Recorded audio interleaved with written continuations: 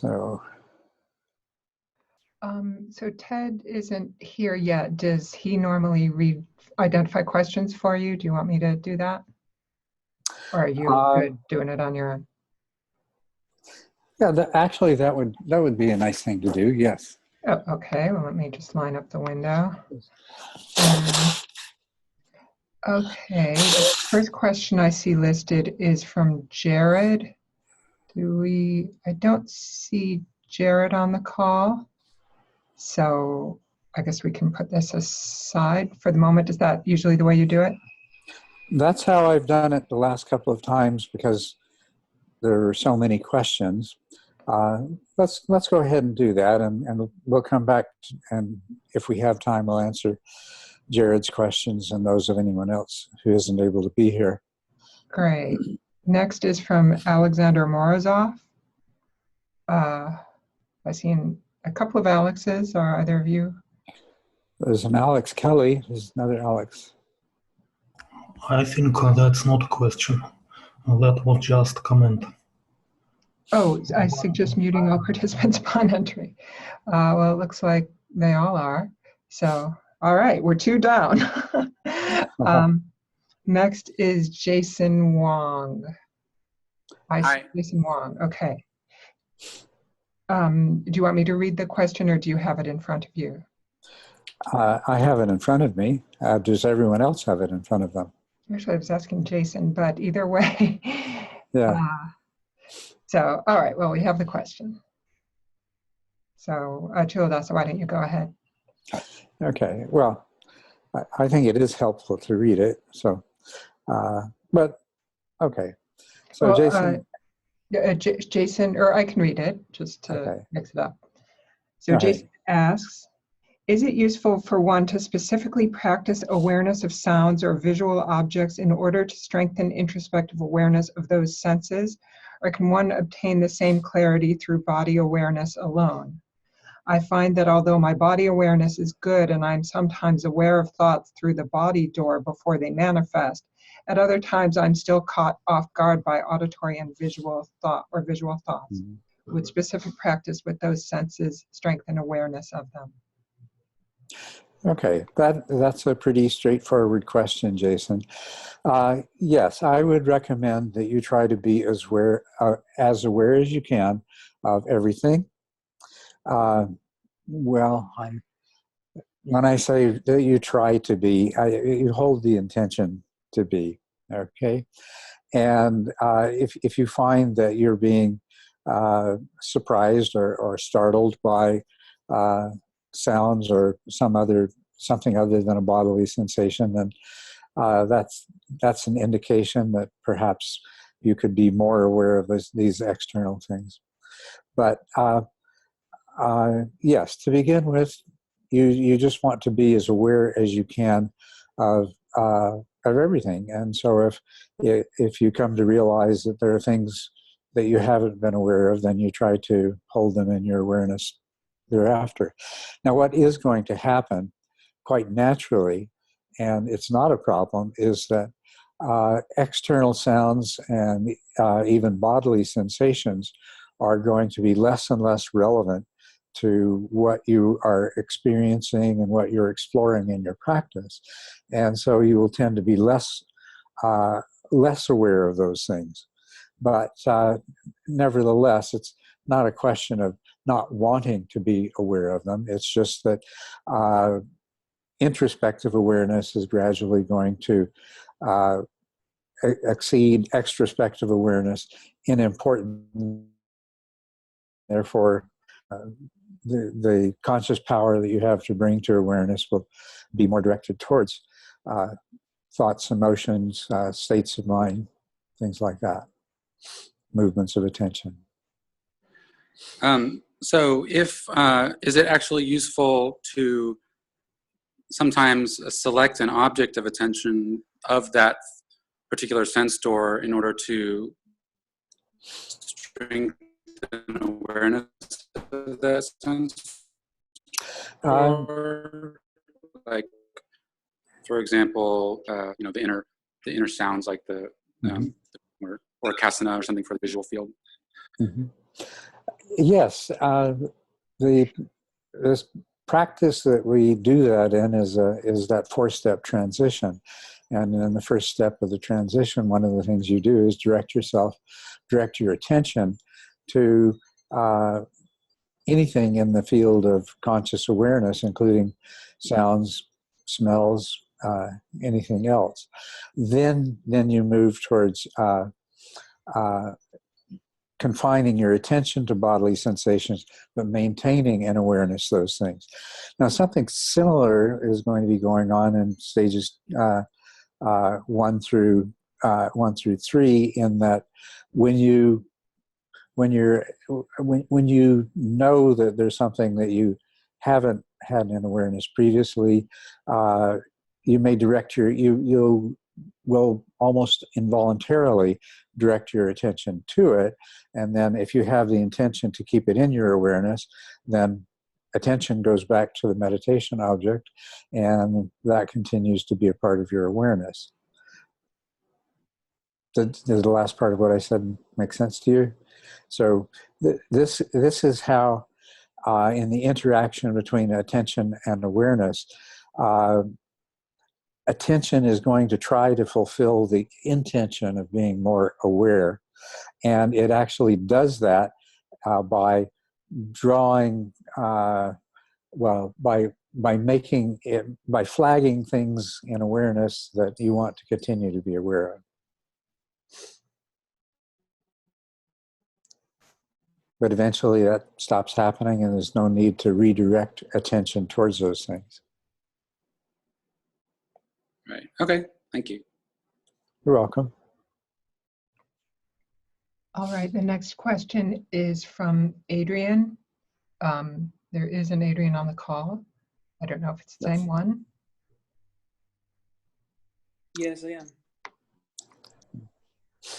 am. Great. So the question is, I would like to know, what are the differences between feeling and emotion? I'm experiencing changes in my ego structure, and I experience different things that could be called emotion, and qualitatively speaking, they are very different. Mm-hmm.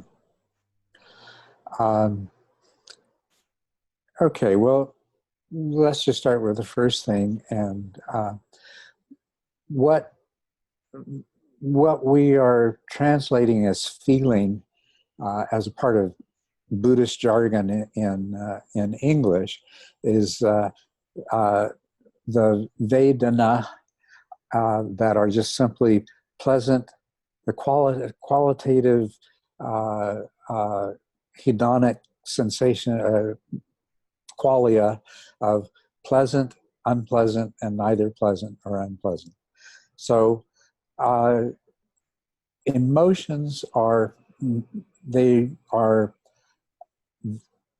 there is a mental state that is created by an emotion. So the emotion is not exactly identical to a mental state for all practical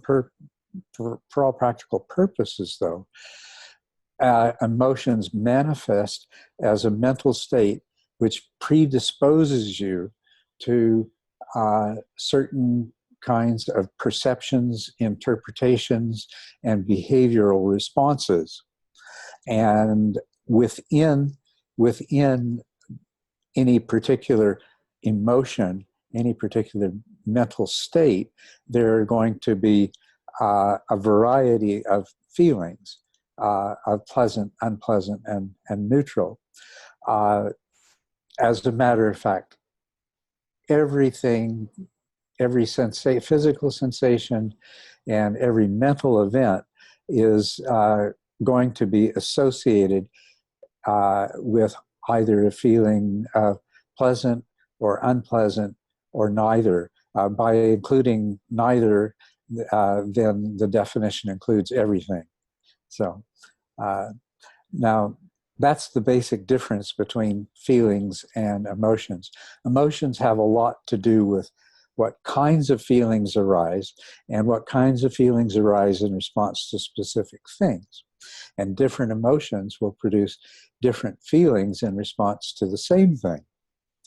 Now, you go on to say, I'm experiencing changes in my ego structure, and I experience different things that could be called emotion.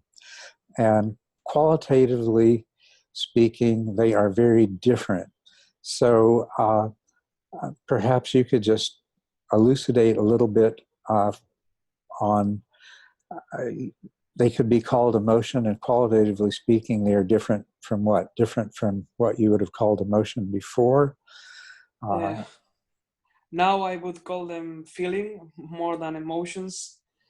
And I mean that there are different, well, now that makes much more sense, but I was referring to the difference between each other.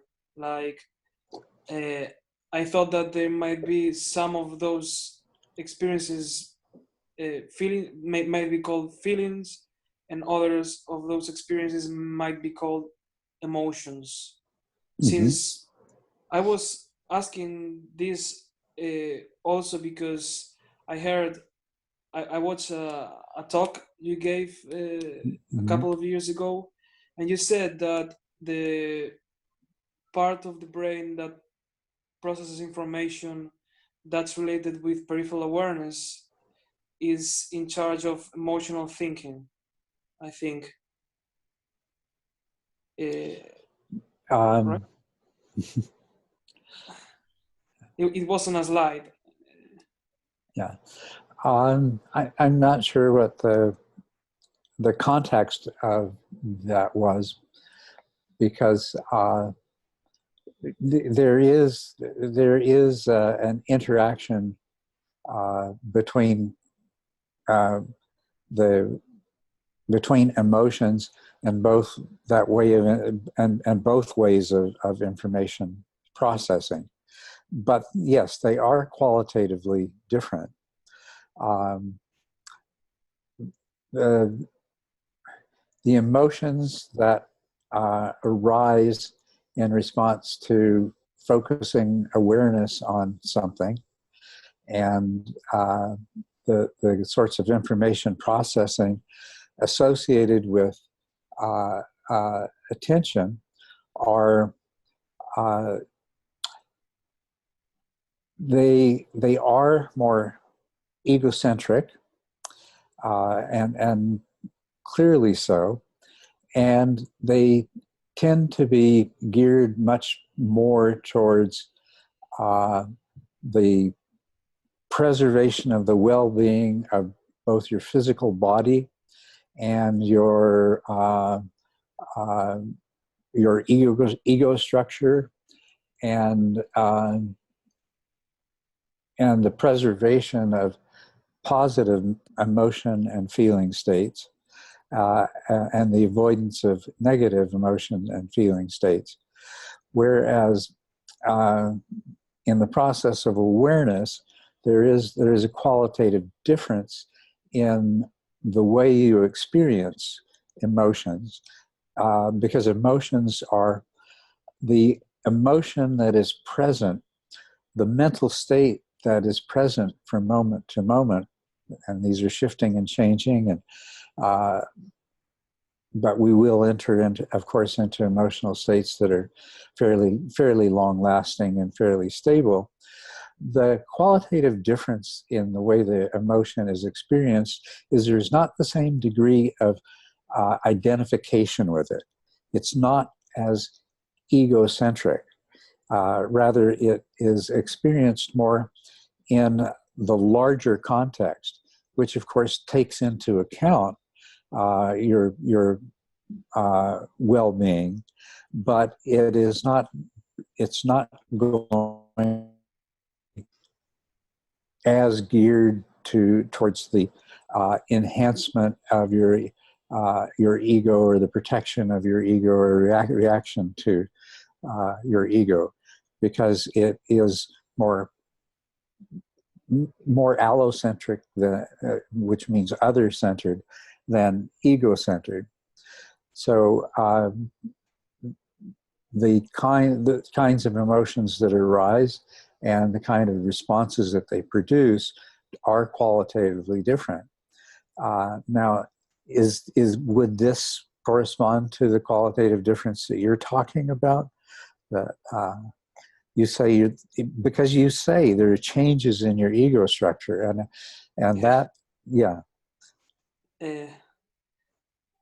So it means you're starting to experience things more from the perspective of the information processing associated with awareness rather than attention. It's not clear to me. It's not clear to you. I'm still not that stable in my experience of them. Mm-hmm. Well, so that's fine. Well, let me give you this to work with then, since you're starting to experience something that's different, is to simply think of it in these terms.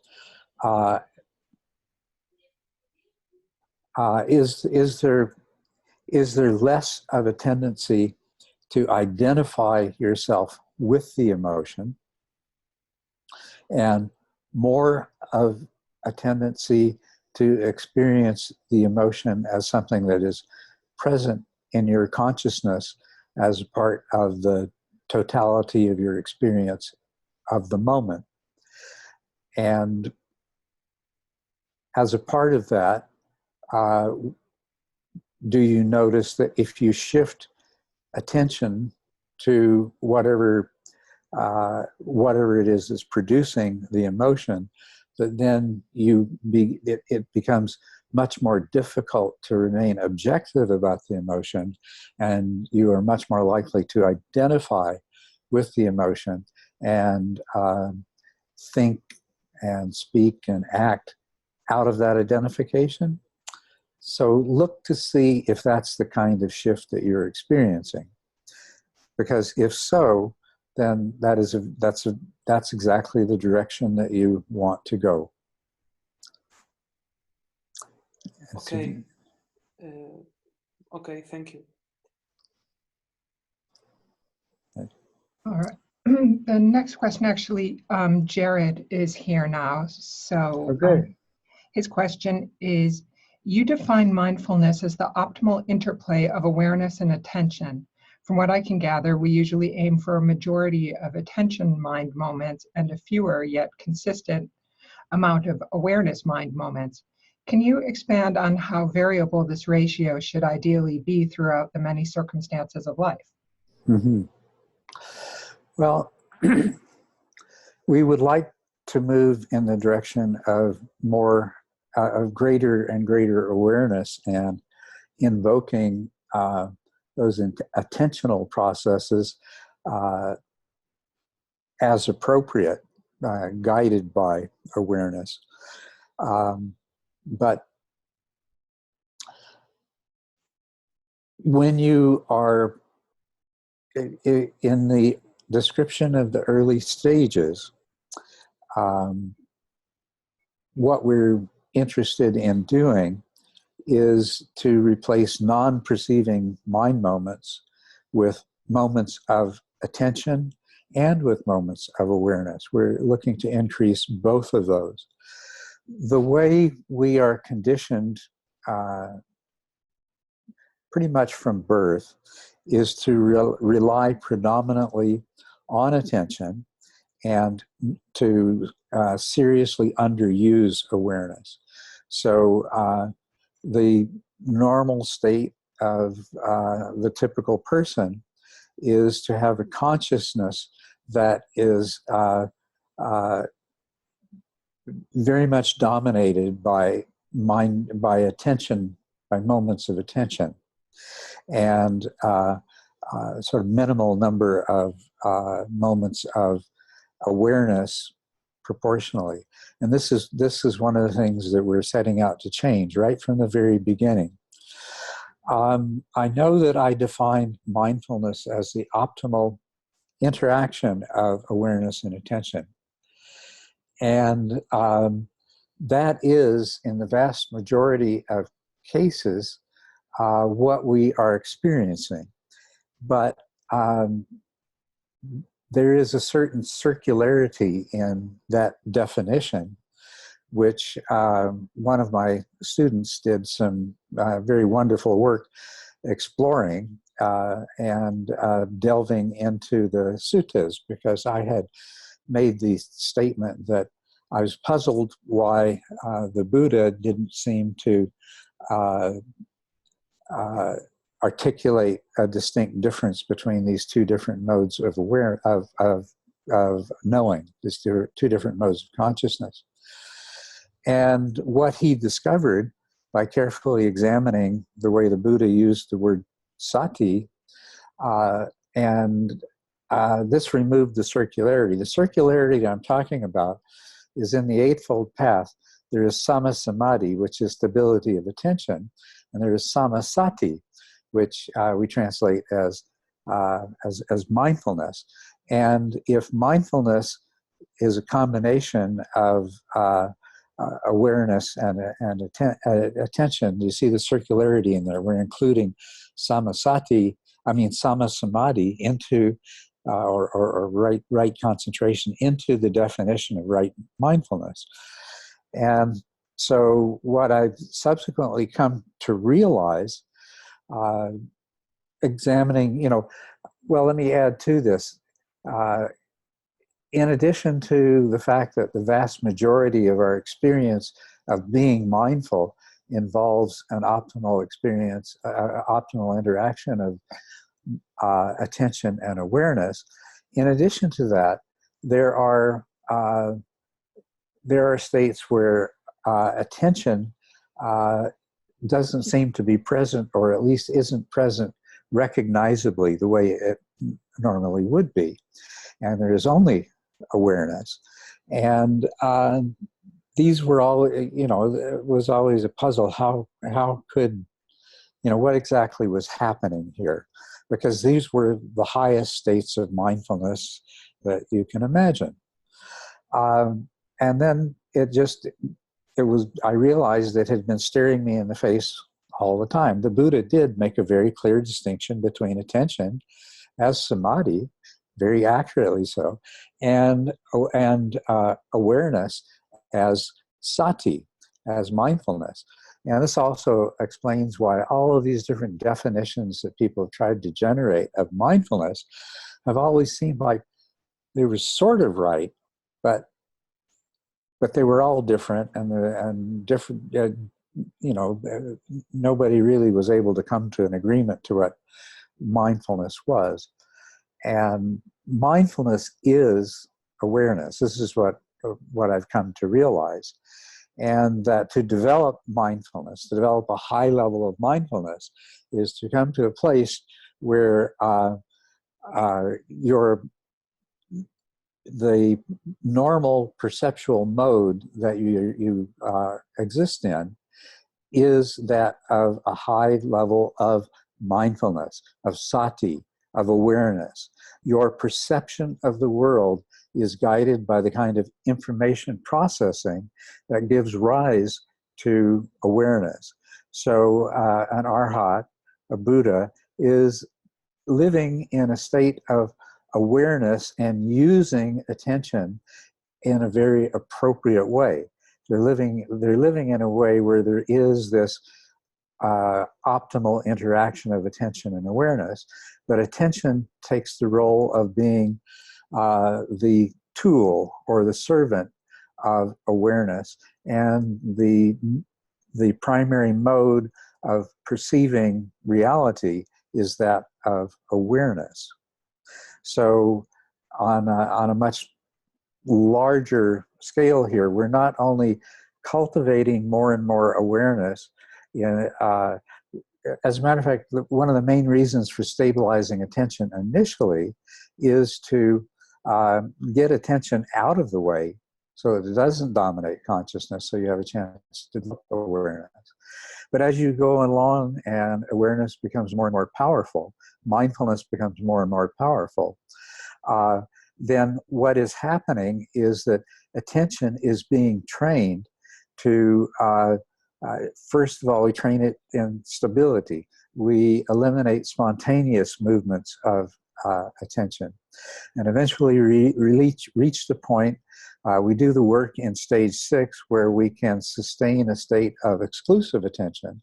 So attention rests wherever we choose to put it, and it sustains a scope that's intentionally chosen and directed by awareness, by mindfulness, by the collective intention of the subminds that bring that about. And indeed, what is happening as the insights develop is that we are recognizing that the perspective provided by awareness is a more accurate representation of reality, a more accurate description of reality than the perceptions that are generated through attention. Now, attention and that mode of information processing associated with it is extremely powerful. And the reason that it dominates, the reason that it has come to dominate amongst our species, is that it is so powerful. And that's why we tend to believe that we're lords of the earth. It's why we are able to manipulate information so successfully and have a deep understanding of the physical universe. It's why we are able to create technology out of that knowledge. And so it's a wonderful, powerful thing, but it's also at the same time a curse. It has deprived us of the ability to see things more as they really are, which is something that is provided by awareness. And we've been too successful biologically, too successful in reproducing ourselves and living longer and longer to the point where we've severely overpopulated the planet. And we've been too successful in increasing the ease and comfort of our lives and building all kinds of devices to achieve various ends, both positive and negative. This is the world we live in. It's a world that's a result of the overuse of attention, the dominance of attention, and the loss of the perspective on reality that is provided through awareness. And so what we are doing in meditation, in the process of insight, and in the stages, in the paths of awakening, is we are learning to bring ourselves into a state where the perception of reality is that is characterized by awareness, and that this very, very powerful tool that is the information processing that manifests in consciousness as attention is used appropriately, but it is used under the direction of the perspective that is provided by awareness, rather than constituting the perspective by which we experience ourselves in the world. So the view that we're a separate self and we live in a world of separate entities, and the better we can understand things, the more we can manipulate the world in order to meet our personal needs, you can see how clearly that this is what attention does. This is what attention has allowed us to do. But the cost is enormous individual suffering, because we create and reify this illusion of being a separate self in a world of separate entities. And everything we think and do tends to end up in the service of that notion of self, which is itself illusory. So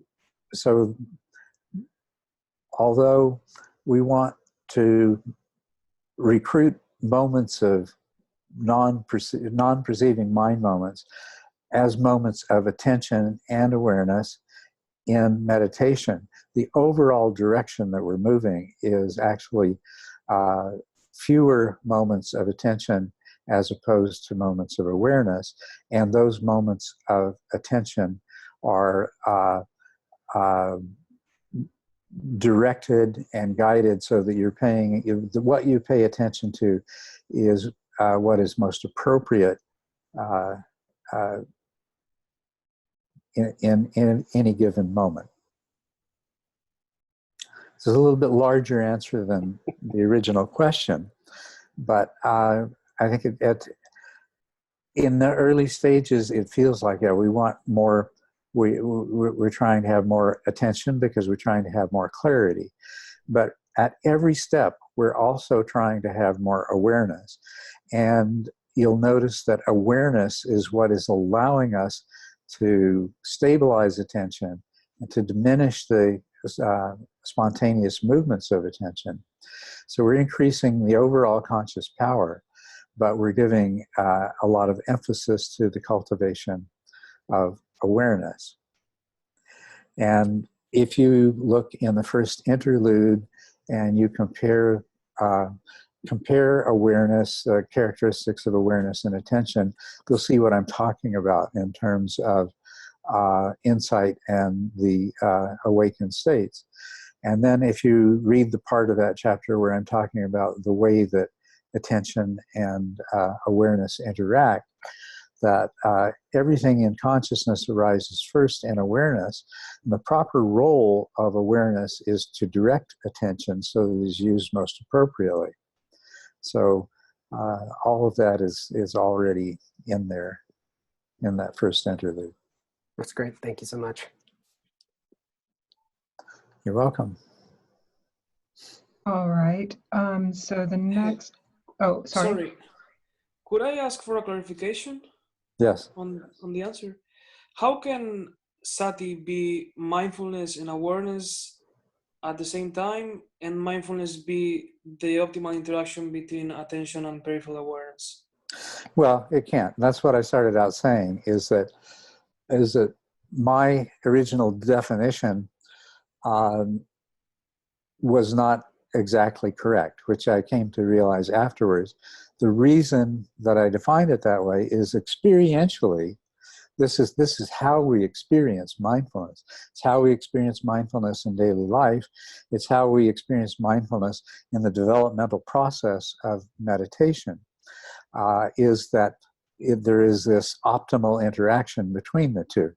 But we should correct that definition so that mindfulness is sati, sati is mindfulness, and that samadhi is attention, stable attention, and attention is samadhi. And so we remove the circularity that's present in that. Now, it's still valid in the sense that except for certain stages, certain states that occur in advanced stages of meditation and in the paths of awakening, and also in the arising of certain insight experiences, there is, rather than an optimal interaction of attention and awareness, there seems to be just pure awareness. And this was the thing that, because the definition that I provided in the text was based on the predominant experience, it left this explanatory gap. And that explanatory gap is completely resolved when if I revise that statement to say, mindfulness manifests as the optimal interaction, but mindfulness is awareness. Okay. Thank you. You're welcome. All right. So next question. It doesn't look like Monish is here, or Stephen, or I don't think German is here. So that takes us to Thomas Jansen, who is here. Okay. Long question. Do you see that in front of you, Culadasa? Yes, I do. So my understanding of intention as applied in stage 2 is as follows. One submind, aware that there is a meditation project in progress, acting through consciousness, voluntarily directs attention to the sensations of the breath at the nose. One unconscious submind announces to consciousness a determination to act, as in, follow and sustain attention on the breath sensations of the nose. Stage 2 practice guide, page 29. This is setting an intention. A number of subconsciousness minds that are tuned into consciousness at the time hear the recommendation and join in to support the effort of, quote, following and sustaining attention on the breath sensations at the nose, end quote. When one of the team of subminds notices that attention has left the breath, it alerts consciousness, which a, quote, redirecting submind hears and then voluntarily redirects attention to the breath.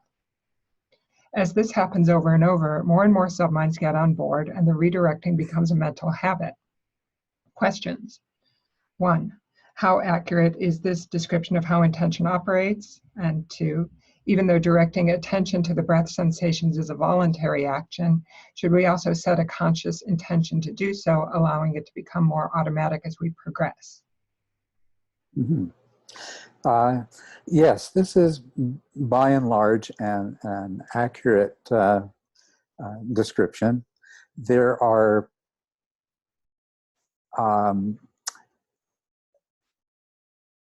I would make a couple of very minor tweaks to this.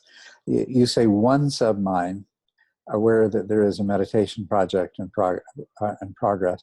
I would say that there is some group of subminds rather than more likely, but this is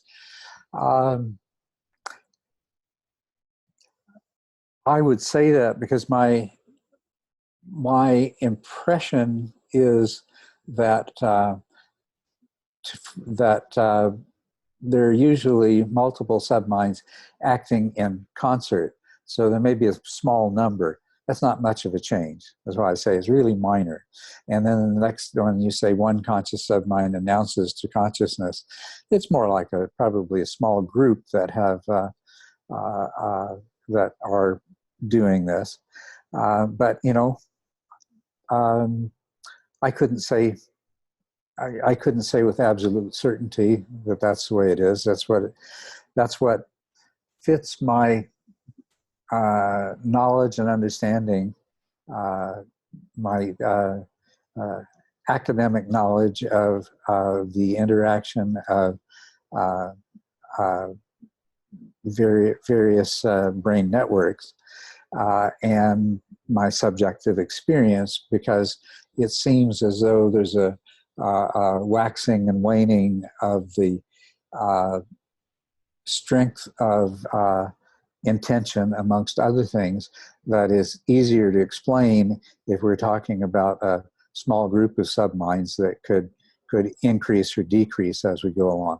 So those are really minor things. Otherwise, those that, you know, describing it in terms of one submind is just fine. It gets the whole idea across perfectly well. And yeah, so yes, when subminds notice that attention has left the breath, then they project this into consciousness, and you have that moment of realization. And in that moment of realization, the number of subminds that are involved increases quite a bit. All those subminds that were engaged in whatever the distraction was are now engaged in the awareness that there has been a shift in attention. And so this gives us that feeling of waking up, that feeling that comes from having a larger part of the mind unified around those intentions to meditate and around the recognition that something else has happened. So next thing, so it's quite an accurate description. Yes, I think you understand what I'm saying there quite well. You say even though directing attention is a voluntary action, should we also set a conscious intention to do so? Well, actually, the intention really precedes the action, but the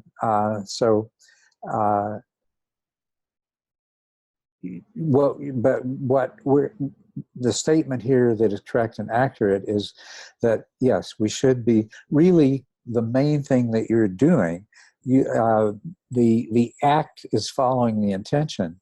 So to the extent that you experience yourself as an agent who's actually participating in the meditation process, while that may not be true from the point of insight, but that is the reality of your subjective experience at the time that this is occurring, is that you as agent are generating and holding attentions. So yes, the voluntary directing of attention is the result of an intention, and you want that intention to be held, to be renewed and refreshed as much as possible. So I would agree totally with what you said here, Tom. Now, your question continues. I think we have time. Actually, I think the second part is answered already. Okay. It's kind of an extension, so. All right. Great. I think the answer is intention. That's right. The answer is intention. Okay, thank you. Thank you very much. Yes. Okay, the next question is from Marcel.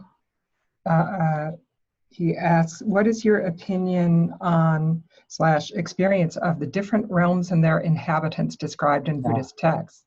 Both in the Theravadin as well as the Tibetan traditions, you can find numerous accounts of the Buddha and other saints traveling to other realms and meeting different forms of beings. But then again, you can find in both traditions teachers who see all of it as a huge metaphor. I think this, together with reincarnation, is one of the biggest stumbling blocks for Westerners entering the Dhammas. So your views would really be helpful. Yeah. Well, I certainly fall in the camp of this being a metaphor. It's an extremely powerful, useful, and accurate metaphor. When I look around me, I find myself surrounded by people who are living in these different realms, everything from the highest Deva realms to the worst hell realms. And not only that, I reflect on my personal experience of life. And during the course of my life, I not only see that I have dwelt in different ones of these realms at different times, but now I can see how my thoughts and intentions and actions have led me, are what is responsible for my having dwelt in those realms. What we might call the more wholesome thoughts, mental states, intentions, ways of seeing things, ways of relating to people and circumstances, that the more wholesome versions of those, and the more of those that have dominated, the more my subjective experience has been more like that of some kind of a god in some formless realm. And there's certainly other times that my response to circumstances, both internal and external, have put me into a hell realms. So I find it a tremendous metaphor. It is such an accurate metaphor that it almost it almost should be categorized not as a metaphor, but as a description of how we come to experience things in life. Now, as far as the idea that these actual realms should exist as some different universe and things like that, I have to confess that there's no way that I can refute that. As a matter of fact, trained as a scientist, the very deeply ingrained point of view that that I can't help but hold is that it's impossible to ultimately refute anything like that. It's totally untestable. On the other hand, all of us are always living in a hallucination, and we are constantly generating other hallucinations, altered states of consciousness in all kinds of different ways. Our emotions produce in everyone altered states of consciousness. People who go on a spiritual path experience altered states of consciousness as a result of their practices, which are very commonly mistaken for more than what they are. And so it is, in terms of these being something that somebody may have the experience of seeming to find themselves. In other words, if their current hallucination could very well take the form of them feeling that they are occupying a different realm than that of the human realm or the animal realm. But I guess what I'm saying is that to posit an ultimate reality to something like these different realms, when we can't even posit our normal experience of the world as we live in it day by day as being an ultimate reality, then it doesn't make sense. It's illogical to say that something that can't be proven or disproven from a scientific point of view, something that can't be tested, so on and so forth, that to say that just because somebody may have had an experience that seemed as if they were in one of these realms in a more literally accurate sense than the metaphorical one that we were talking about before, would sound pretty foolish. We've all experienced all kinds of altered states of consciousness that seem quite real at the time, and so reports of somebody saying, "Well, I know that this is real because I've experienced it," just carries no weight with me at all. But it is a beautifully powerful and accurate description of the realms that we as individuals create for ourselves and live in. And it's very useful in that way. As a matter of fact, considering how clear and powerful it is in that sense, it is tremendously underutilized to the extent that it should be, and it may be underutilized because in many cases there's an assumption that somehow it's a description of ultimate reality or ultimate truth.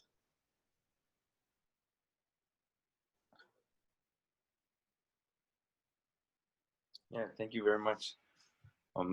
But may I perhaps ask a little bit more Sure. the interaction with then karma and rebirth?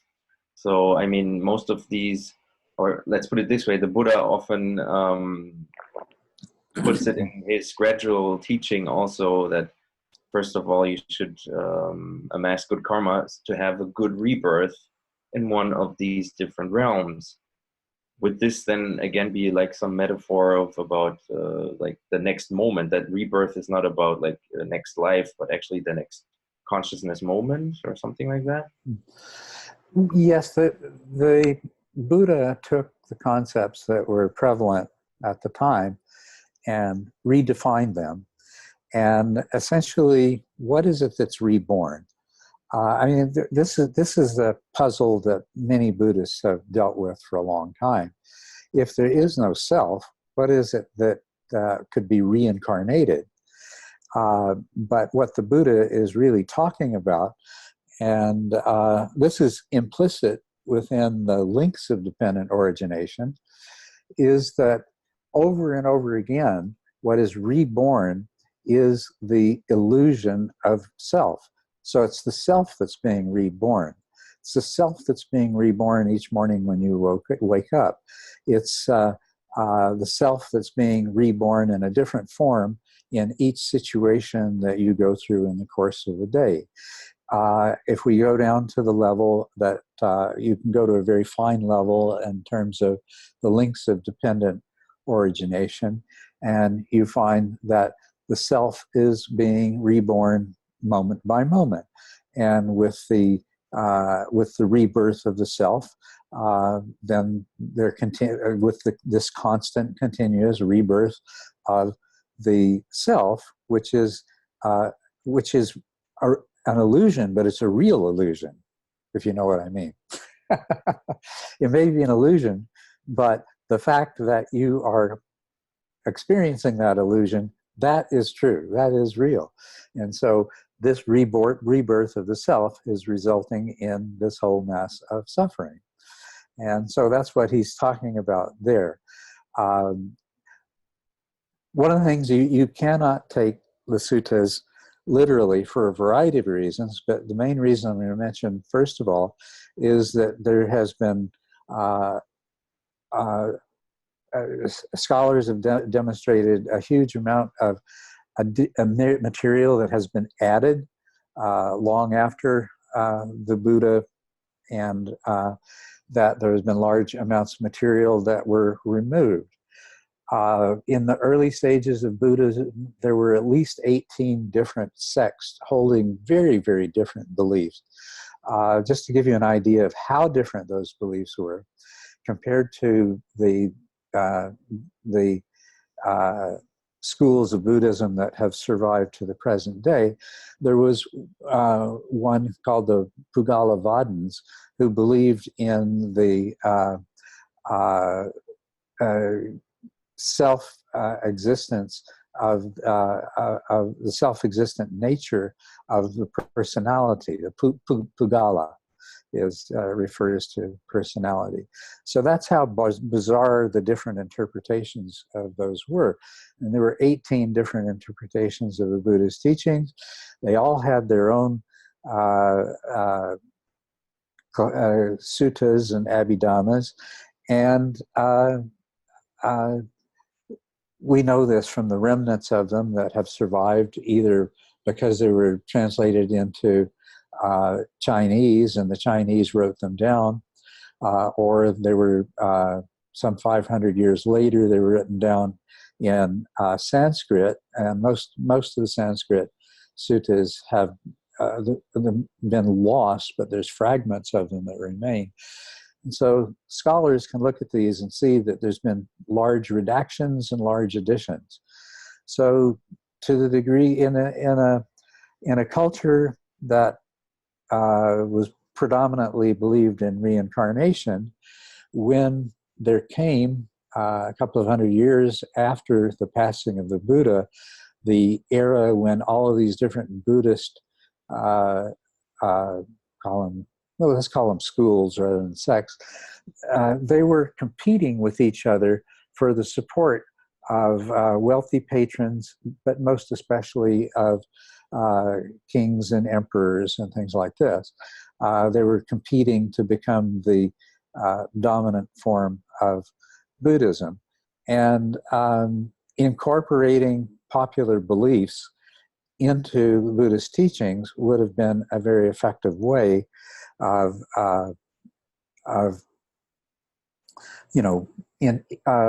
gaining popularity and support. So to what degree this took place, what scholars do say is that this was certainly going on. Now, what I see is a consistent pattern where the Buddha has taken ideas that are common and reframed them in a much more useful and powerful sense. For example, prior to the Buddha, the belief was that the only way you could achieve awakening, enlightenment, whatever it was, whatever terminology you would associate with it, was something that only happened after you died. It was really novel for this guy to come along and say, hey, you know, you can become awakened in this very lifetime. It isn't something that has to happen after you die. Most of the objective of the spiritual practices were to escape from this wheel of reincarnation, this continued process of reincarnation. But what has always been most popular about reincarnation has not been the idea that I'm trapped on this wheel of samsara and I need to escape, so much as oh, great, that means that I'm not annihilated when I die. And the Buddha said both the question of, you know, am I annihilated or do I continue to exist? He said both of these questions were meaningless and irrelevant because there's no, the self that might either be annihilated or continue to exist was only an imaginary construct. Anyway, did the same thing with karma. He said, when I say karma, I mean intention.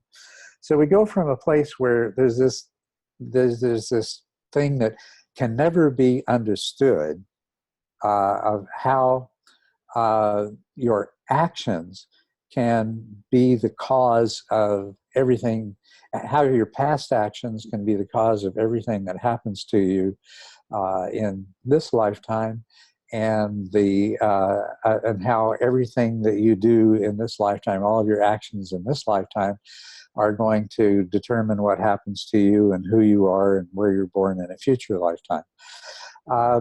This is pretty impenetrable from a logical or rational point of view. What means when an airplane crashes with 300 passengers, that somehow the universe brought together 300 people who all had the karma to die in an airplane crash. You know, somehow the universe brought together 6 million people at one time who had the karma to die in gas chambers and other forms of mass killing during the Nazi era. This earlier version of karma was impenetrable. On the other hand, the Buddha said, when I say karma, I mean intention. And that all makes sense now. So your wholesome intentions, your intentions are what drive your actions and your speech and your livelihood. But your intentions have a profound effect on you. Wholesome intentions are intentions that shape who you are in the future. And what makes them wholesome is that they bring you closer to awakening. What makes them unwholesome is they take you further from awakening. Another way of putting it is your unwholesome intentions that result in unwholesome actions, they are those that cause harm to yourself and others. Why would you do something that causes harm to yourself and others? It's because it's driven by craving and by some belief that somehow that this is going to benefit the imaginary self. So, you know, in the short term, so somebody uses drugs in order to feel good in the short term, even though it's bad for them in the long term. Somebody takes advantage of another person in such a way that they are harmed in order to become either favored by others to achieve fame or to achieve wealth or any of the other things that you can think of. And wholesome intentions are those that deny the craving to behave in a way that would be harmful in such a sense. So they weaken the enslavement to craving. Also, craving arises out of self-clinging. So when you wholesomely refused to behave or speak in a way that's going to be harmful to others, you're once again, you're denying craving, and you're denying self-clinging, and you're weakening the power that they have over you. So they're moving you closer to awakening and to nirvana. Whereas going the other way, the unwholesome ones are just increasing the power of craving and self-clinging. So this is an interpretation of karma that makes absolute sense. And not only that, it even satisfies to a large degree the kinds of expectations that people were putting on, or were, that still are, putting on this other rather absurd interpretation of karma. Because if your intentions become more and more consistently wholesome, and the speech and action becomes more and more consistently wholesome, then it just, in the realm of cause and effect, you are going to derive benefit from that. You are going to be respected. You are going to be loved. You are going to benefit in many ways, both materially and non-materially. In terms of the 8 worldly dharmas, the 4 positive versions of them, speaking and acting out of wholesome intention is going to cause those kinds of dharmas to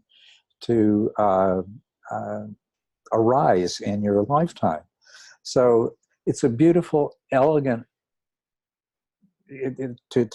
to co-opt the term karma and reframe it in this way. Everything fits together, and now it makes sense, and now you can understand it, and you're not left with some impenetrable mystery that nobody can really understand. And you have to posit some kind of supernatural process, Akashic record, or some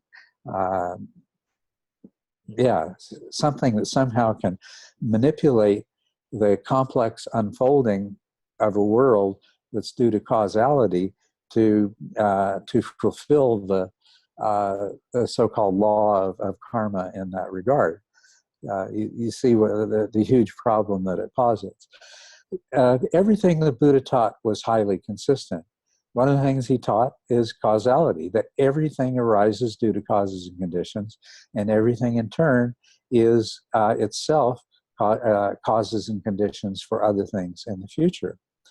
So that's really consistent with that interpretation of karma. And that interpretation of karma is really consistent with the idea of rebirth of the self, and reaching the point where you can say, this is my last rebirth.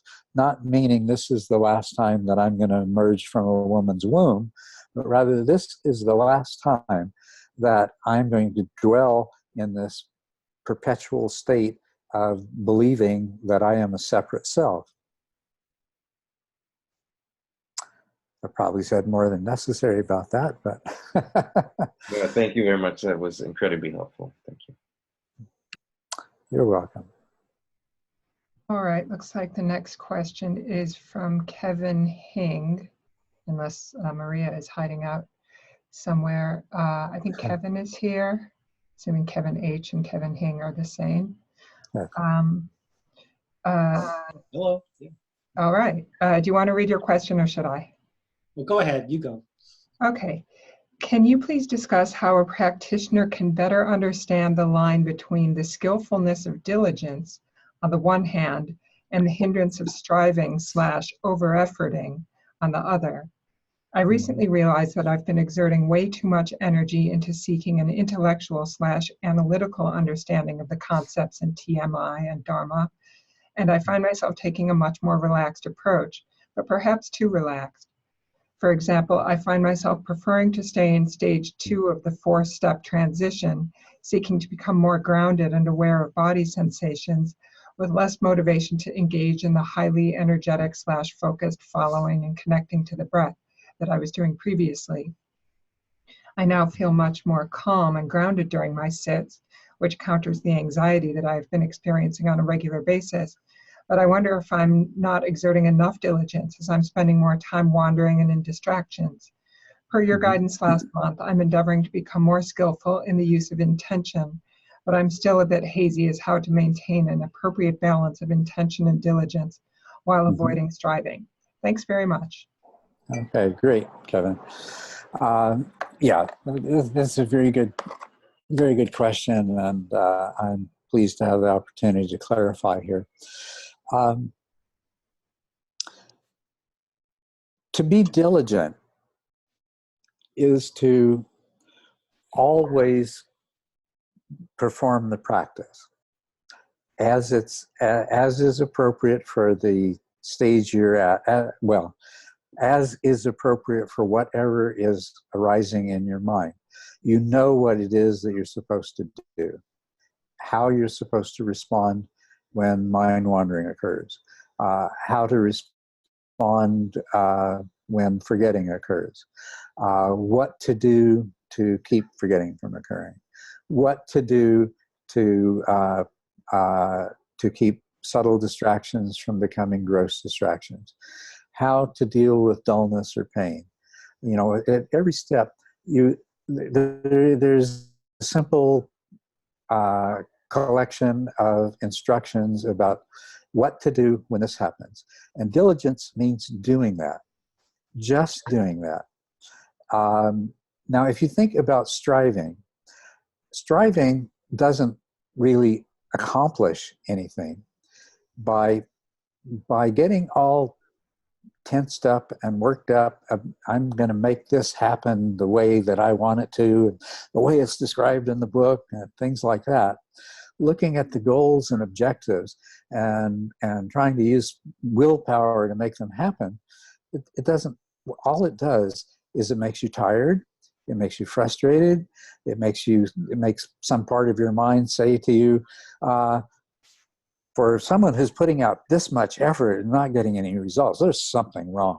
Either this isn't right for me, or I'm not right for it, or it's impossible, or whatever, because no matter how hard I strive, you know, the result isn't coming. The idea of diligence is you just follow the instructions. The only effort that you put in is that of not allowing yourself to do something other than following the instructions, and trusting that if I just follow the instructions, that the results will arise. To the degree that you put in effort, let that be the effort to maintain that intention.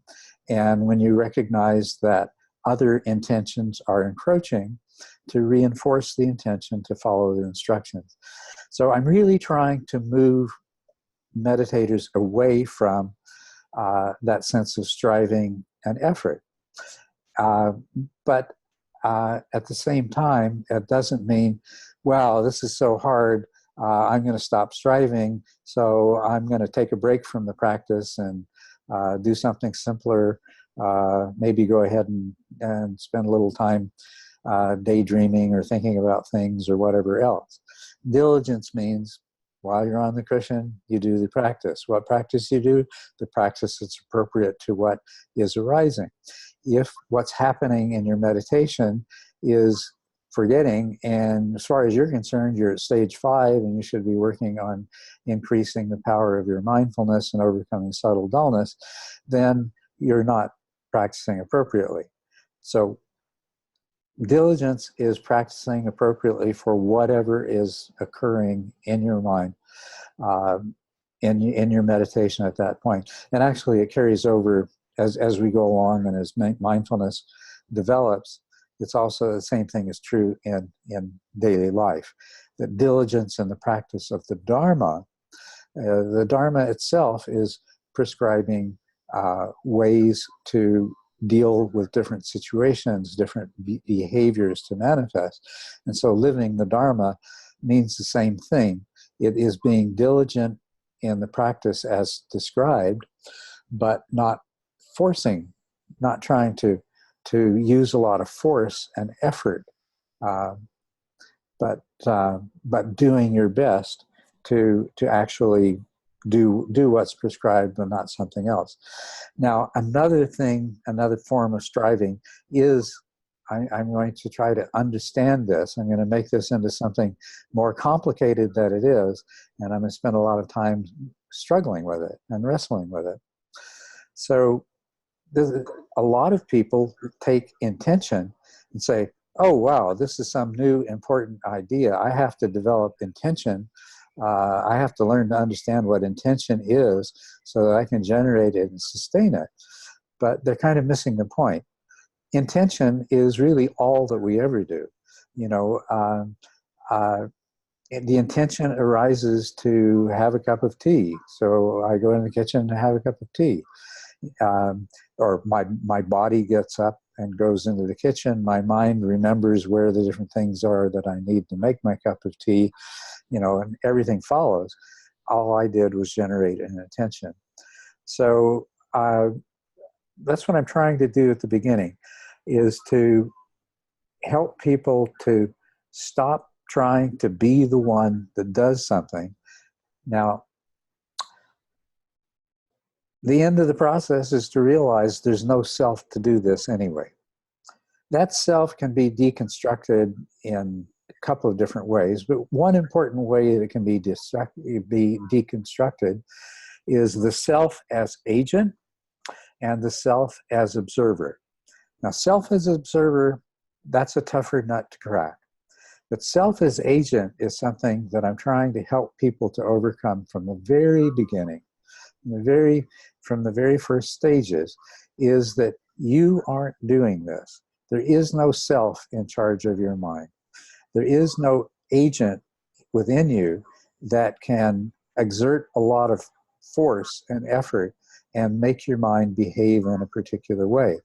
But rather, if you diligently perform these practices, if you sit down with the intention to diligently perform the practices as appropriate to what's happening, and then just keep repeating that process, then the results will arise of themselves. If you introduce this contrived notion of self and start expending a lot of mental energy, you're going to become tired, and you're going to become frustrated, and you're going to, you know, I mean, all of this, I want this. I expect this result.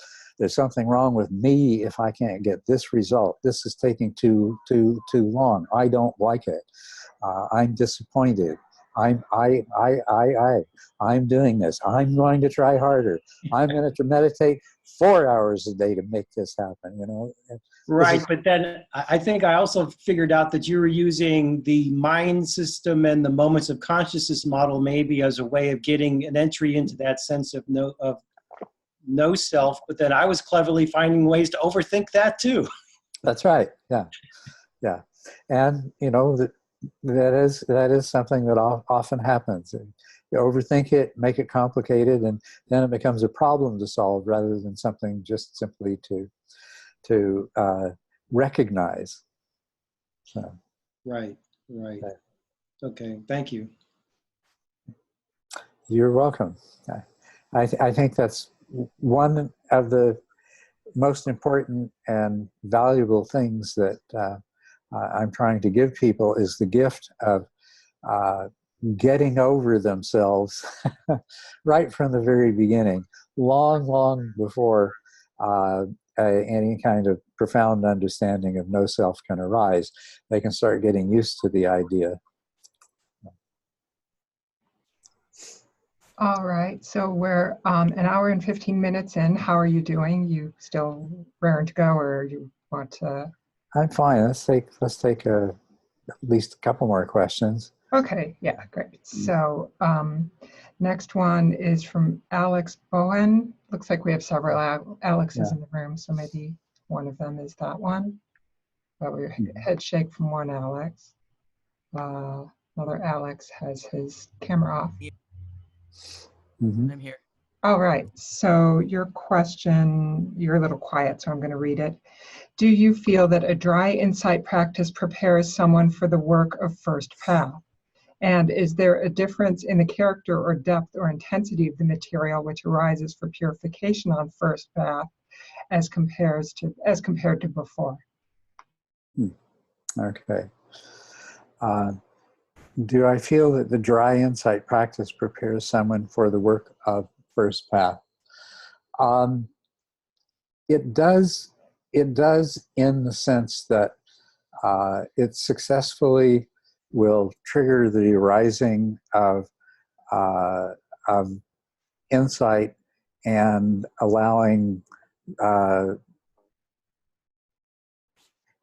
to some degree or another all of the insights to develop to a degree which provides both an understanding of the true nature of the self as a mental fabrication, and the feeling of self, although it's present, as being something that is not real, that it too, it's a mental fabrication. So it does prepare people for the work of first path, which basically involves coming to the place of recognizing that what you've done so far still leaves you. It has reduced to a significant degree the amount of suffering and the modes of thinking that you fall into and behaving that you fall into that produce suffering. But it does lead to a much deeper understanding of suffering. That suffering, that there still is suffering, there's dissatisfaction, that there's many subtle forms of dukkha that are still present to the extent that they dominate most of your experience. And that realization and that understanding of the relationship between dukkha and the remnants of self-clinging, the dry insight practice does prepare you to do that, because there is this constant emphasis on seeing the three characteristics.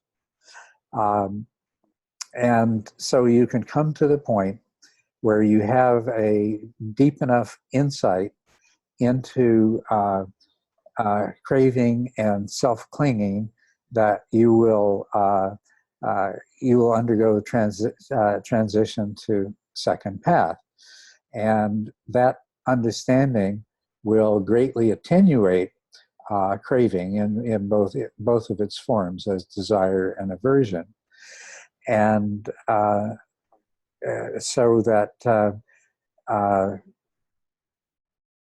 you understand the problem, and the work of second path is to overcome craving for things of the sense realm, and to recognize and begin to work towards the elimination of the self-clinging that is still arising out of the sense of being a separate self, which is happening at kind of a deep emotional kind of feeling level, this feeling that I'm separate, even though that I know that I'm not.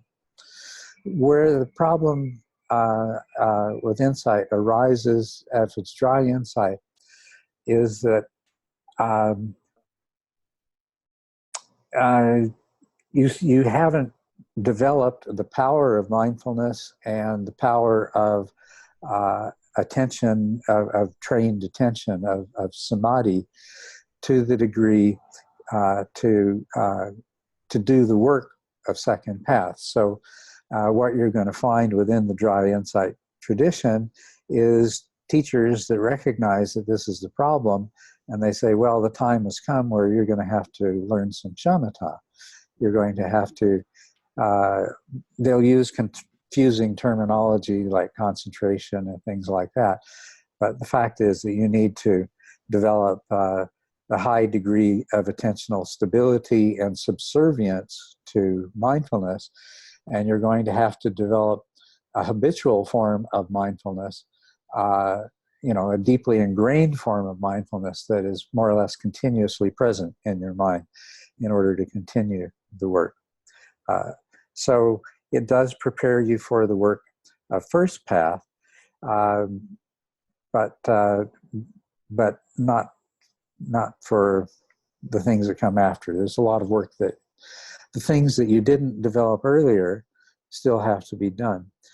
Now, the next part is there a difference in the character or depth or intensity of the material which arises for purification on first path as compared to before?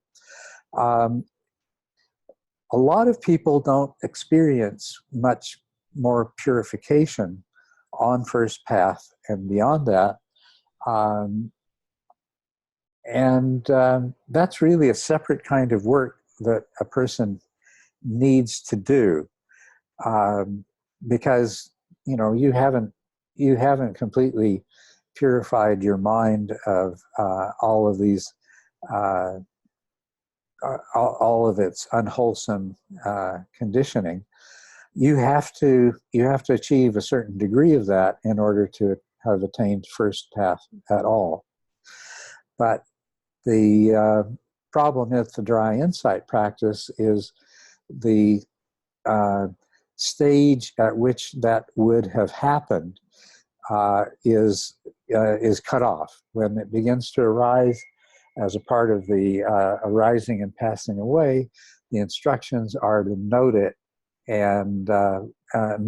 until it passes away. So you don't really go through a period where there's an opportunity for a lot of purification to take place. Then when you come to the insights that are going to lead you to first path attainment, instead of passing through the subsequent stages in the progress of insight fairly rapidly and easily, you're going to find yourself in sort of a pathological dark night where all of your neurosis and everything is coming to the surface as a result of insight. And the more insight develops, the more it triggers this neurosis to come to the surface. But in terms of your question, if you continue to engage in the work of purification after first path, then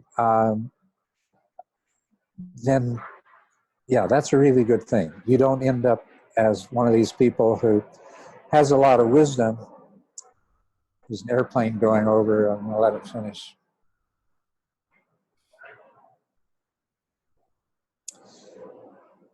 That has wisdom, the wisdom of insight, but is not truly mentally healthy and has a lot of predispositions towards unwholesome behaviors and so forth. And these will stand in the way of your further progress as well. So, but your question was, is there a difference in the character or depth or intensity of the material which arises on first path and second path and third path and fourth path? Yeah, because there's still unresolved stuff for people on fourth path, lots of it. And we're seeing people who are resolving that at fourth path, and we're seeing the effects. It makes the news when somebody hasn't resolved that. Yes, there is. It tends to be deeper, and perhaps inherently more intense in the fact that this unresolved material has a greater capacity to disguise itself under the mantle of Dharma and to coerce various mental processes into rationalizing it and justifying the kinds of behaviors and attitudes that it well, that's more of a strength than an intensity. It is, these things tend to be more deeply buried and more powerful. I would say the intensity with which they are experienced is going to be more a reflection of the qualities that are developed in shamatha, the qualities of samadhi and sati and tranquility, joy, tranquility, and equanimity. So they can be more intense depending on the kind of preparatory work that a person has done previously. That can be compensated for by doing that work after stream entry. And it's actually easier to do that work after stream entry because stream entry itself produces a unification of mind that gives rise to a more powerful mindfulness. A stream entrant has one thing about true stream entry. And here I'm a bit, as I'm speaking, I'm thinking there's so many people out there calling things stream entry that really don't fulfill any of these criteria that I'm talking about. But a person who has achieved true stream entry, the mind is now unified, not around intentions that have been developed during the meditation process, but it is unified around the insights that have, to the degree that they've been assimilated. This very powerful unification gives rise to a much greater degree of mindfulness naturally. So if a person were set to work to develop that mindfulness further, to achieve the sati sampajana of mindfulness with clear comprehension, that would happen much more easily after path attainment than it does before. And the best thing that they could do would be to develop those qualities of samadhi and sati to that extent. Then, when they undergo purifications, if they know to undergo purifications, I mean, in a sense, the transition from first to second path is not only a deepening of insight into suffering, it is also in itself a purification. And to the degree that there's something that vaguely resembles dukkha jnanas associated with second path attainment is due to the realization of that truth of suffering, just as the dukkha jnanas as dukkha jnanas, not as a pathological dark night, but as the dukkha jnanas in their own right in the first path has to do with the realization of insight into anatta and the resistance to that. The purification that is associated with understanding, more deeply understanding suffering and the causes of suffering in terms of craving and self-clinging that happens in second path,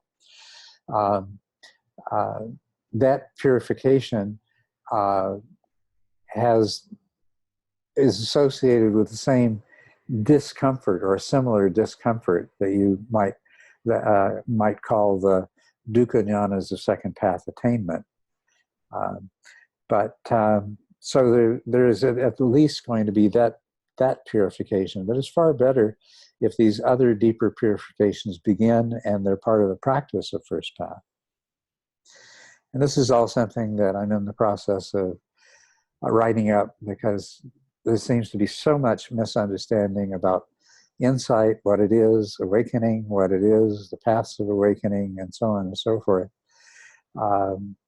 that I'm feeling compelled to put together some of the kind of information that I'm sharing with you right now in a systematic manner.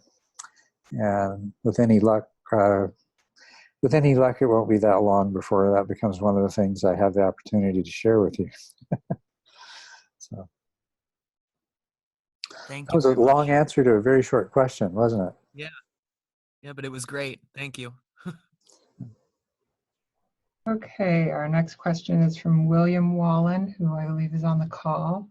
It is, I experience pity-like waves of sensations when off the cushion while standing, sitting, or lying, as well as other prominent sensations off the cushion. And I wonder what is the best way to approach these experiences. Is it best to recollect what may have preceded their onset to reproduce them, to use them as a reminder to practice awareness of the breath at the nostrils, to ignore them, or some other method of utilizing them?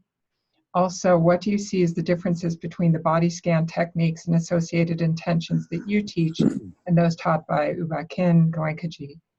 Thank you. Okay. Well, here's an interesting thing. I have in the Mind Illuminated and in my own experience and in teaching for quite a few years, my approach to these manifestations of PT was the pretty standard one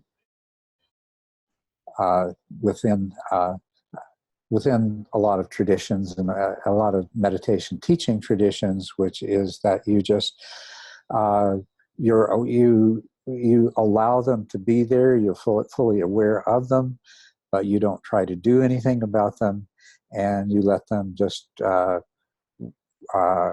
work themselves out. And I didn't experience personally severe manifestations of PT myself, and that was a really good solution. And this fairly large proportion of meditators for whom that is the best way to deal with it, is just, recognize that, okay, this is a process, it's a part of the meditation, that it's not necessarily pleasant, but it's a good sign, because it's a sign that there is unification of mind taking place. It's a sign that the meditation practice is bearing fruit and that it will pass away. And I think I would still hold to that as the best approach for someone for whom they haven't become a major problem. Chasing after them, trying to develop them, invoke them, things like that, will make them stronger, but I don't see that it in itself it does anything to enhance the actual underlying process that I won't go into it, but it's the process that's described in the sixth interlude. And I have just treated them, they're part of the process. They're not anything to do anything with. You just let them happen, let them work their way out. Now I've had a change of heart about this. It started with the recognition that for some people, these manifested so strongly that it was very disturbing and made it quite difficult to continue their practice. And that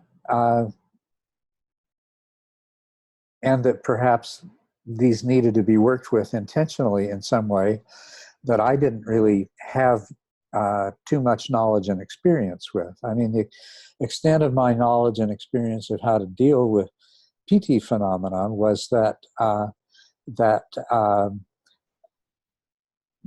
basically energy follows intention, and there seem to be blockages in energy flow that produce a lot of these phenomena. And so what I learned to do, and what I advise other people to do, is to, when it's necessary, work with energetic phenomena by just using attention to identify where blockages may occur and to bring the energy through those blockages. But the other thing that I've come to appreciate, especially through, I did a series of retreats with Chinese community in California, and they always wanted to do Qigong as a part of the retreat, so I incorporated that into it. I had the opportunity to learn a lot about energy and energetic phenomena through those Qigong sessions. And the other thing that I noticed that was extremely obvious was that the people who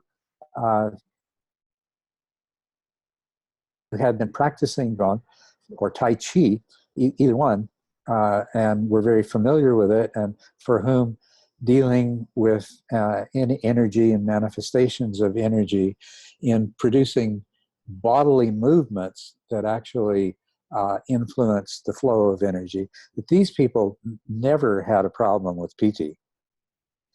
And that led me to the conclusion that, okay, there's a piece of this training that's missing, and that is to take into account that yes, something important is happening that's manifesting as PT, and yes, it can take care of itself, but there may be a lot to be gained by actually learning to work with this and acknowledging that there's some profound wisdom in all of the different traditions who do intentionally work with it.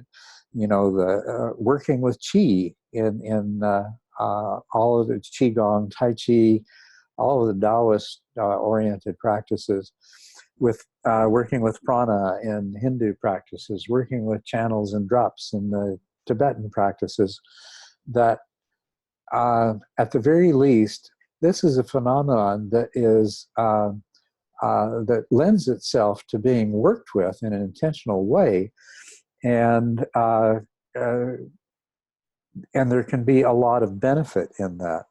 So, you know, I'm a little bit too old to add that particular expertise to my repertoire, but I'm encouraging I have a number of student teachers who have years of experience with working with these energetic practices.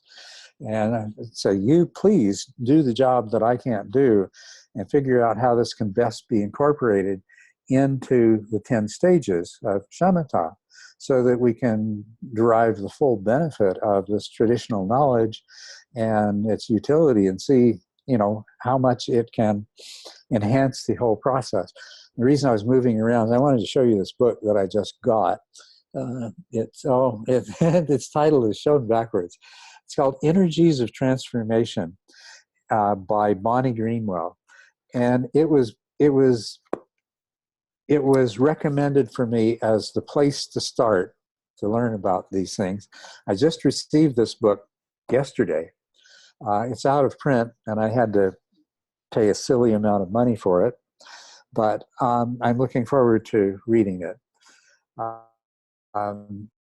So I would encourage anybody who has any inclination to work with Tai Chi, Qigong, and also there's something very similar in Aikido too, or to work with in any of the other pranic practices, if you can find a good teacher. People ask about Kundalini yoga, and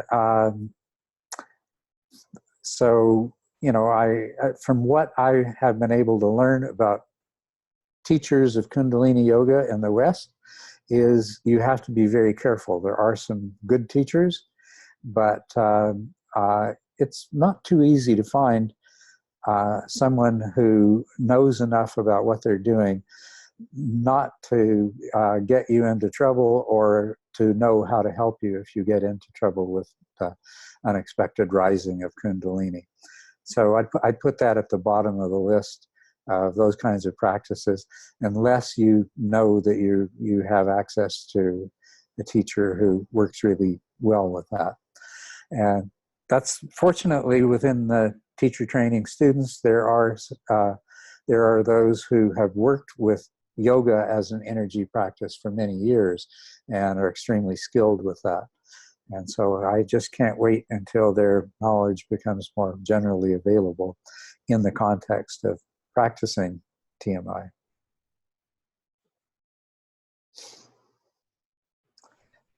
Did you want to hit part 2 of that question, or should we go down the list? Well, I think it's getting close to time for us to end. So let's deal with the second part of that question about the Uba Ken Goenka body scanning and its relationship. Excuse me, Culadasa. I just want to mention that the book you mentioned is available online for free, and I've just put the link into the chat channel here. It's on archive.com, and you can read it on screen. Wonderful. I wish I'd known that before I spent $41 to get a copy. That is, you know, I did try to find to see, I usually out of print books are available online. So that's wonderful. Thank you very much. For everybody's benefit. I can't wait to open the book and start seeing what it has to offer.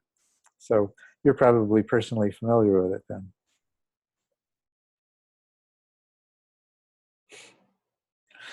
Anyway, second part of the question about the relationship.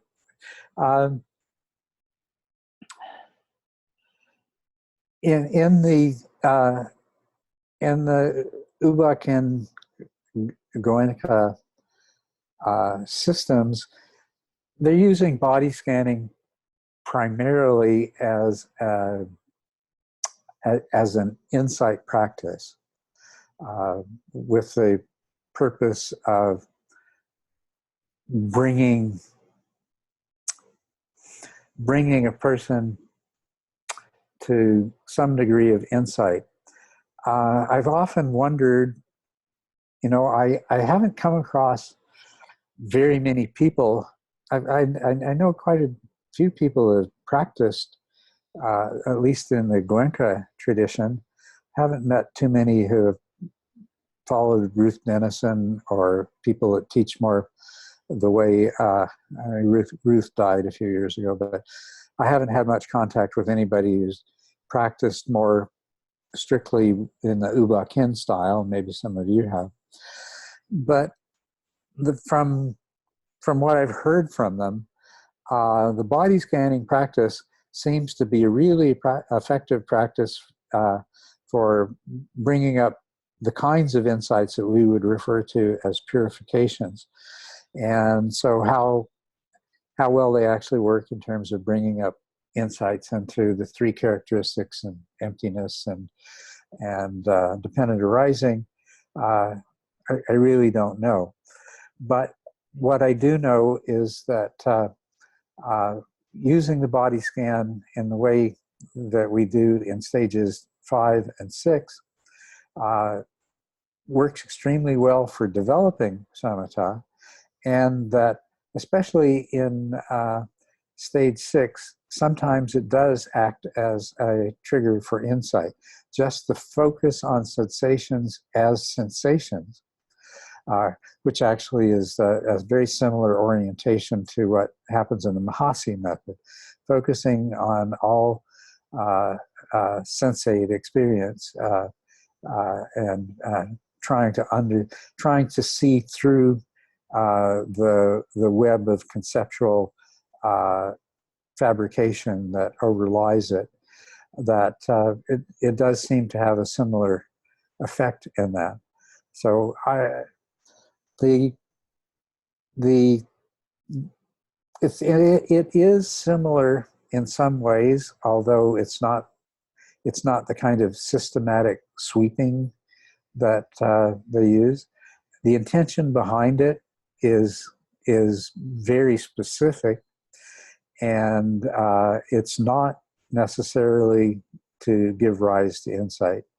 But by the time you get to stage 6, you are well on the way to reaching a level of samadhi that's called upachara, or access.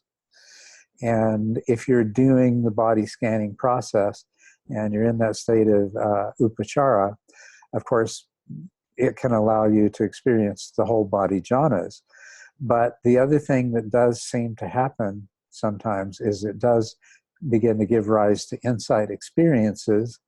And if they continue to cultivate them, then this can lead to insight and even stream entry at stage 6. Usually insight doesn't really start to happen for most people until stage 7.